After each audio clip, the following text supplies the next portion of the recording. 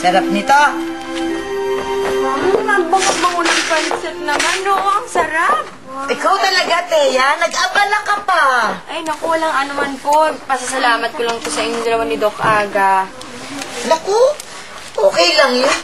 At saka gusto naman namin talaga nandito si Sophie para may kalaro naman si Butching. Habang ikaw ay nag-uopisina, kaya mo nandito yung bata. Salamat Diba? po talaga. Talaga may malasakit kayo dito kay Sophie. Oo naman. Ay, Doc! May bisita kayo. aba, tama-tama. Ayan, meron tayong thank you handa. Bigay ni Thea. Wow, Thea, thank you naman. Nag-abala ka pa. Teka, parang... Sandali. Sorry po, Tita Ox. Di naman, di po talaga ako nabundol eh. Kimi ko lang po yun. Para makakain ng libre. Sorry po ulit. Okay. Forgiven. Pero next time, at ginawa mo pa uli yan, sasagasaan na talaga kita. Aatrasan pa kita. Joke. Halika, kain na kayo pa. Sige, hindi ko malala. Walang ano, walang kalasa-lasa. Okay na to. Dumadalas yata yung pagdalaw niya kay Aga. Baka gusto niyo rin makipaglaro. Una, walang kalasa-lasa, oh. Pwede ko ba gamitin na to? O, sige, pwede. Ay, Sige. kaya na. Dadagdagan ko pa. Thea. Ano yan? Bihon! Ano ba to? Hindi bihon, yung nilalagay mo sa bihon. Eto, lagi kong dala to, Betching, kasi itong si Sofia, hindi talaga siya kumakain ng walang lasa eh. Kaya lagi kong dala to sa bag ko, oh. Sarap na ba? Masarap na dapat. Teka. MSG yan. Kaya siguro parating nahihilo si Sophie dahil sa sobrang yung MSG sensitivity niya. Hindi maganda sa katawan niya. Ang dako, no? Ako pala yung may kasalanan. Munti pang mapahamak kay Sophie. Naalala ko kasi nung araw kami ng ate ko, palaboy-laboy lang kami. Tapos yun, pinapahamak ko pa. Thea.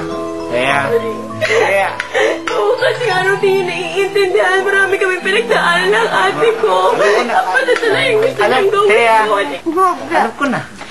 Oo nga, buti nga napatapos ka ng ate mo sa pag-aaral, no? At saka sana talaga mahanap niya na yung asawa niya na nawawala sa Canada. Updated ka. Bakit alam mo yan? Magaling ako magbasa ng isip. Pero, sige. Okay na, huwag mo na lalagyan, ha? Huwag na, palitan mo na yung plato na yan. Mabuti pa, kumain na tayo. Palitan na yan. Ayan ang kutsara. Sige na lang kayo. Sige, ayan, chicken. Ano kayo? Ayan. Ayan, ha?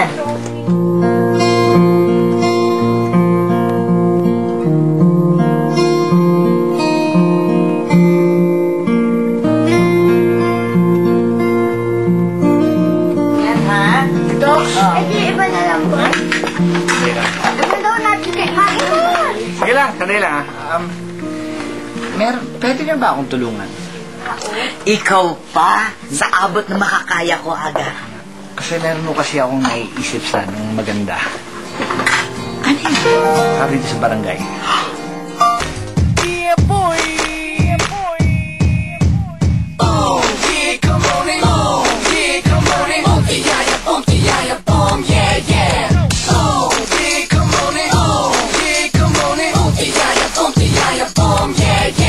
That's right, we got a new dance. So everybody stand up. Let's go. Hey, everybody, come on, do this dance. Get you moving to this beat, make you wiggle in your pants. It's something that I know, it's a childhood. Alam niyo, marami yung pwede maituro sa kanila tungkol sa nutrition, sa health, sa sports. Kaya napakaganda kung talagang susuportahan nyo yung project na yun. At saka alam nyo, babango ang pangalan nyo rito sa barangay na Bunek-nek. Maganda yan. Yes! Sige, gawin natin ang paraan yan. Ay, salamat. Kuya Red, Uy, kanina ka pa nandyan, no? Ay, di. Kapapasok ko lang eh. Nahinga lang ako dumating. Sabihan mo yung jowa mo na huwag masyadong nagdidikit dito kay Kapitan Barak, no? Pumapapil eh. Medyo red. Sige, kung ikasasaya mo, ako ilalayo na lang. Ay, naku, please lang. Ha? Please. O, ilalayo mo. Sama ka na?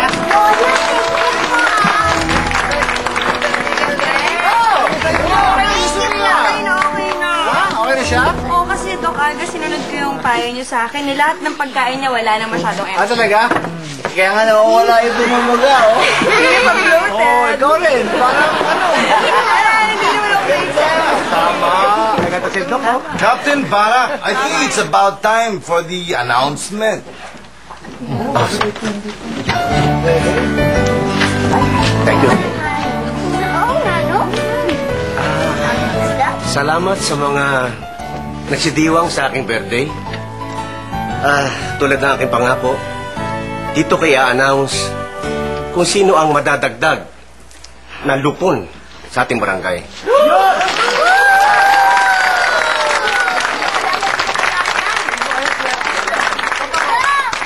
Gusto kong i-welcome sa inyo si Major Getroalo bilang lupong tagapamayapa ng ating barangay.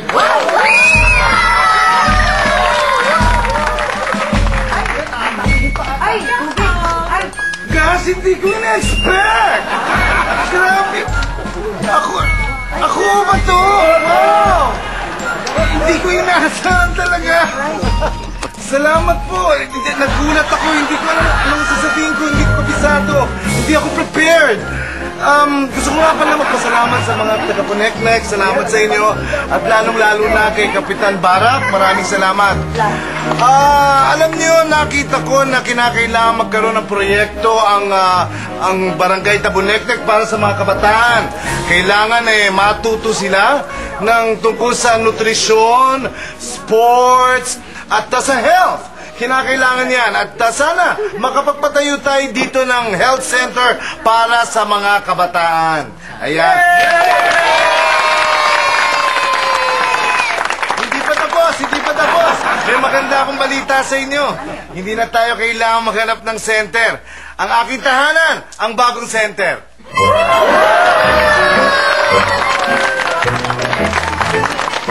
Wow, di ko na-expect talaga. Grabe talaga. Hindi ako maniwala. Congratulations! Ang gagaling ninyo. Sobra! Tito Aga, gagalingan pa po namin. Ang gagaling nyo na nga eh. Tito Aga, sana sa susunod po, may makasama pa po kami. Ay, walang problema yan. Darating yan. Hahanap tayo kung gusto nyo pa ng isang kasama pa. Bakit naman hindi, di ba? Oh. Uy, Bronson! Ayan! Eksakto! Oh, si Bronson. 1, 2, 3, 4. Apat na kayo. Fantastic Four. Ang pangalan ng grupo nyo. Oh, di ba? Okay yun? Okay, tama. Okay ba si Bronson? Hindi, isigaw mo. Opo. Pinakamalaking sigaw. Opo. O sige, okay na po yun. Okay, magsapol na kayo, babe. Ba't na namin? Magsapol na kayo. Ito tayo. Yan kayo. Yan! Sige ah. Okay.